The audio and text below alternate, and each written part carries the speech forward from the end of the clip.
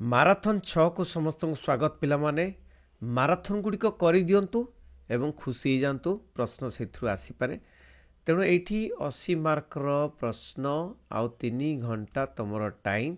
ଏଇ ଯେଉଁ ପ୍ରଶ୍ନପତ୍ରକୁ ଦେଖି ନିଅନ୍ତୁ। 21ଟା ପ୍ରଶ୍ନ, ସମସ୍ତେ ଲାଇଭ୍ ଚାଟ୍ ବକ୍ସରେ ଆନ୍ସର୍ ଦେବେ। ତାପରେ 2 ମାର୍କ 3 ମାର୍କ ଏବଂ ଲଙ୍ଗ୍ କ୍ୱେଶ୍ଚନ୍ ଦେଖିବା କ'ଣ କ'ଣ ଅଛି। ଏଇଠି ଦେଖନ୍ତୁ, ପ୍ରଥମ ପ୍ରଶ୍ନ ପଡ଼ିଛି, ମଗଧ ସିଂହାସନ ଆରୋହଣ ପୂର୍ବରୁ ଅଶୋକ କେଉଁ ପ୍ରଦେଶର ରାଜ୍ୟପାଳ ଥିଲେ?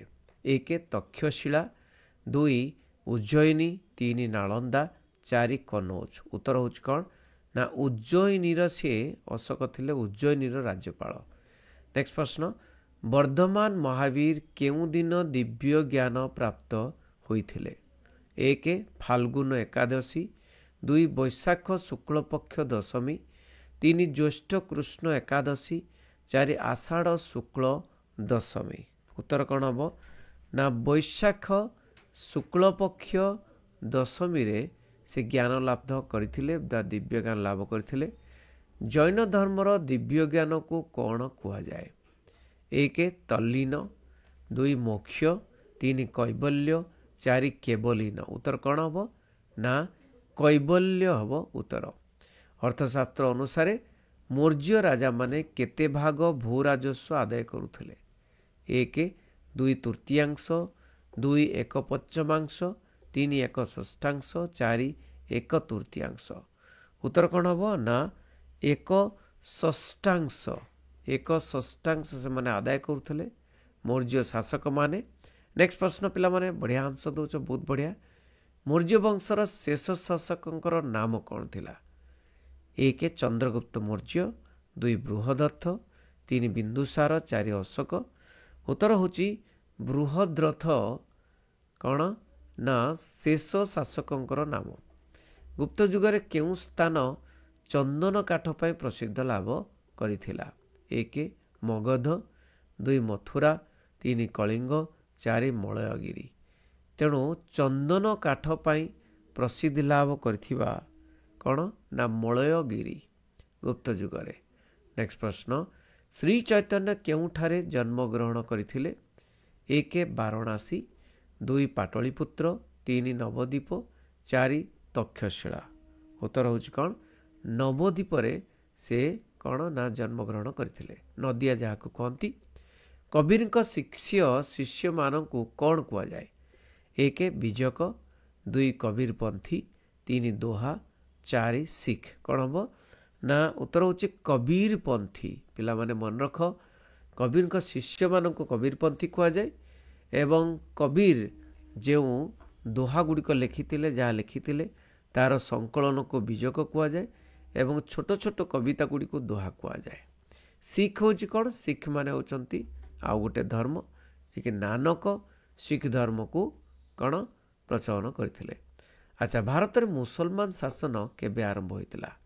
ମୁସଲମାନ ଶାସନ 1 1206 ଖ୍ରୀଷ୍ଟାବ୍ଦ, 2 1225, 3 1526, 4 1556। ତ କ'ଣ ହେଇଥିଲା ନା 1206 ଖ୍ରୀଷ୍ଟାବ୍ଦରେ ମୁସଲମାନ ଶାସନ ଆରମ୍ଭ ହୋଇଥିଲା। 1526ରେ ତ ମୁଘଲ ଶାସନ ଆରମ୍ଭ ହୋଇଥିଲା। ତେଣୁ ନେକ୍ସଟ ପ୍ରଶ୍ନ, ବୁଲନ୍ଦ ଦରୱାଜା କେଉଁଠାରେ ଅବସ୍ଥିତ? 1 ଦିଲ୍ଲୀ, 2 ଆଗ୍ରା, 3 ଫତେପୁର ସିକ୍ରି, 4 ଲାହୋର। ତ ଉତ୍ତର ହେଉଛି ପିଲାମାନେ ଫତେପୁର ସିକ୍ରି ବୁଲନ୍ଦ ଦରୱାଜା ଅବସ୍ଥିତ ଥିଲା। କିତାବ ଉଲ୍ ହିନ୍ଦ ଗ୍ରନ୍ଥର ଇଂରାଜୀ ଅନୁବାଦ କିଏ କରିଥିଲେ? B.A. Smith, William Edward Smith, Edward Sachau. କ'ଣ ହେବ? ଉତ୍ତର ହେଉଛି ଏଡୱାର୍ଡ ସାଛାଓ। ନେକ୍ସଟ ପ୍ରଶ୍ନ, ରାଜସ୍ୱତ ଲୋପ ନୀତି ସହିତ କେଉଁ ଗଭର୍ଣ୍ଣର ଜେନେରାଲ ଜଡ଼ିତ? ମାନେ ରାଜସ୍ୱତ ଲୋପ ନୀତିକୁ କିଏ ମାନେ ପ୍ରଣୟନ କରିଥିଲେ? 1 Lord William Bentinck, 2 Lord Dalhousie, 3 Lord Ripon, 4 Lord Wellesley. ତ ଉତ୍ତର ହେଉଛି ଲର୍ଡ ଡେଲାହାଉସି। ରାଜସ୍ୱତ ଲୋପ ନୀତି ଅର୍ଥାତ୍ କ'ଣ ନା ଯାହାର ଯଦି ନିଜର ପୁତ୍ର ନଥିବ ତାହେଲେ ସେ ପୋଷ୍ୟପୁତ୍ର ଗ୍ରହଣ କରିପାରିବନି ଏବଂ ତାଙ୍କର ରାଜ୍ୟ ଇଂରେଜଧୀନ ହେଇଯିବ। ବୁଝିହେଉଛି? ଭାରତରେ କେବେ ଇଂରାଜୀ ଶିକ୍ଷାର ପ୍ରଚଳନ ହୋଇଥିଲା? ବହୁତ ଇମ୍ପୋର୍ଟାଣ୍ଟ ପ୍ରଶ୍ନ। 1825 ଖ୍ରୀଷ୍ଟାବ୍ଦ, 2ରେ 1835, 3ରେ 1840, 4ରେ 1845। ତ ଉତ୍ତର ହେଉଛି 1835 ଖ୍ରୀଷ୍ଟାବ୍ଦରେ ଇଂରାଜୀ ଶିକ୍ଷାର ପ୍ରଚଳନ ଘଟିଥିଲା। କେବେ ଲର୍ଡ଼ କ୍ୟାନିଂ ଆଲାହାବାଦ ଠାରେ ମହାରାଣୀଙ୍କ ଘୋଷଣାପତ୍ର ପାଠ କରିଥିଲେ? 1858 ତ ସବୁ ଠିକ୍ ଅଛି, କିନ୍ତୁ ସେପ୍ଟେମ୍ବର ନା ଅକ୍ଟୋବର ନା ନଭେମ୍ବର ନା ଡିସେମ୍ବର ସବୁଗୁଡ଼ା ତ 1 ତାରିଖ ଅଛି। ତ କ'ଣ ହେବ ନା ଉତ୍ତର ହେଉଛି ନଭେମ୍ବର 1 ନଭେମ୍ବର 1 ତାରିଖ 1858। ନେକ୍ସଟ ପ୍ରଶ୍ନ, ପର୍ତ୍ତୁଗୀଜ ମାନେ ଭାରତର କେଉଁଠାରେ ବାଣିଜ୍ୟ କୋଠି ସ୍ଥାପନ କରିଥିଲେ? 1 କଲିକତା, 2 ବାରାଣାସୀ, 3 ପାନାଜୀ, 4 ମାନ୍ଦ୍ରାଜ। ଉତ୍ତର ହେଉଛି କ'ଣ ନା ପାନାଜୀ ଠାରେ ନାଇଁ ପର୍ତ୍ତୁଗୀଜ ମାନେ କ'ଣ ନା ବାଣିଜ୍ୟ କୋଠି ସ୍ଥାପନ କରିଥିଲେ। 1942 ଭାରତ ଛାଡ଼ ଆନ୍ଦୋଳନର ଅନ୍ୟ କେଉଁ ନାମରେ ପରିଚିତ? 1 ଜୁଲାଇ ବିପ୍ଳବ, 2 ସ୍ୱରାଜ ଆନ୍ଦୋଳନ, 3 ଅଗଷ୍ଟ ବିପ୍ଳବ, 4 ଦେଶୀୟ ଆନ୍ଦୋଳନ। ଉତ୍ତର ହେଉଛି କ'ଣ? ତାକୁ ଅଗଷ୍ଟ ବିପ୍ଳବ ମଧ୍ୟ କୁହାଯାଏ। ନେକ୍ସଟ ପ୍ରଶ୍ନ, ବରୀ ଆଶ୍ରମର ପ୍ରତିଷ୍ଠାତା କିଏ? ବରୀ ଆଶ୍ରମ 1 ସରଳା ଦେବୀ, 2 ମାଳତୀ ଦେବୀ, 3 ରମା ଦେବୀ, 4 ଆଶାପର୍ଣ୍ଣା ଦେବୀ। ଉତ୍ତର ହେଉଛି କ'ଣ ନା ରମା ଦେବୀ ହେଉଛନ୍ତି ବରୀ ଆଶ୍ରମର ପ୍ରତିଷ୍ଠାତା। ସତ୍ୟବାଦୀ ବନବିଦ୍ୟାଳୟର କେବେ ସ୍ଥାପିତ ହୋଇଥିଲା? 1907, 2ରେ 1908, 3 1909, 4 1910। କେବେ ନା ଉତ୍ତର ହେଉଛି 1909 ମସିହାରେ ସତ୍ୟବାଦୀ ବନବିଦ୍ୟାଳୟର ପ୍ରତିଷ୍ଠା ହୋଇଥିଲା। ପଞ୍ଚମ ଜର୍ଜ ଏବଂ ରାଣୀ ମେରୀଙ୍କ ସ୍ୱାଗତ ନିମନ୍ତେ କେଉଁ ସ୍ଥାପତ୍ୟ ନିର୍ମିତ ହୋଇଥିଲା? 1 Gateway of India, 2 India Gate, 3 Victoria Memorial, 4 Writers Building. ତ ଉତ୍ତର ହେଉଛି କ'ଣ ନା ଇଣ୍ଡିଆ ଗେଟ୍ ନିର୍ମାଣ ହୋଇଥିଲା। ଓଡ଼ିଶାର ପ୍ରଥମ ମହିଳା ବିଧାୟକ କିଏ ଥିଲେ? 1 ସରଳା ଦେବୀ, 2 ମାଳତୀ ଦେବୀ, 3 ତୁଳସୀ ଦେବୀ, 4 ରମା ଦେବୀ। ତ ଉତ୍ତର ହେଉଛି ଏଇଠି ସରଳା ଦେବୀ ପ୍ରଥମ ମହିଳା ବିଧାୟକ ଥିଲେ। ଭାରତୀୟ ସମ୍ବିଧାନରେ କେତେ ଗୋଟି ମୌଳିକ ଅଧିକାର ଉଲ୍ଲେଖିତ ଅଛି? 6 ଗୋଟି, 7 ଗୋଟି, 10 ଗୋଟି, 9 ଗୋଟି। ଉତ୍ତର ହେଉଛି 6 ଗୋଟି ମୌଳିକ ଅଧିକାର ଉଲ୍ଲେଖ ଅଛି। ଦେଖିବା 2 ମାର୍କିଆ ପ୍ରଶ୍ନ ଗୁଡ଼ିକ କ'ଣ ପଡ଼ିଛି ପିଲାମାନେ।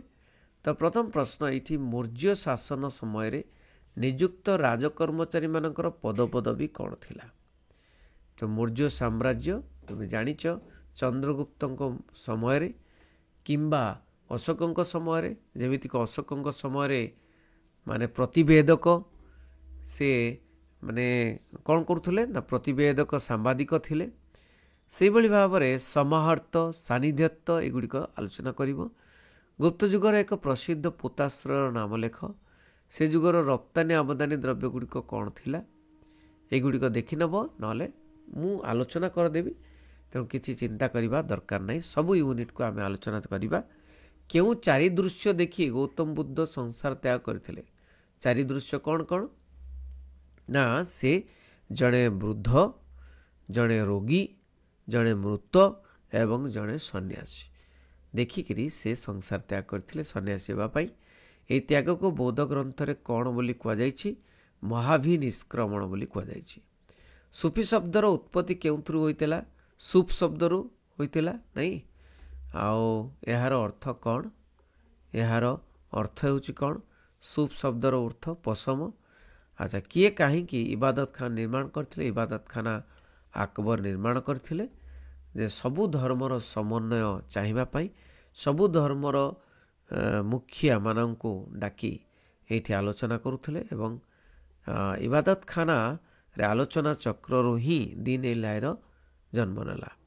ସୁଲତାନୀ ଯୁଗରେ ସମାଜର ଶ୍ରେଣୀ ବିଭାଗ ବିଷୟରେ ଲେଖ। ଏଇଟା ଆଲୋଚନା କରିଦେବି। ଶେରଶାହଙ୍କ ସମୟର ସ୍ଥାପତ୍ୟ ଉପରେ ଯାହା ଜାଣ ଲେଖ। Very good.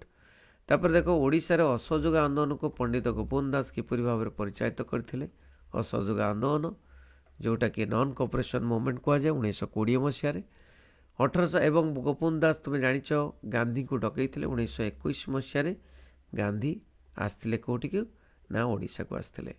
1857 ବିଦ୍ରୋହର ସାମରିକ କାରଣ କ'ଣ ଥିଲା?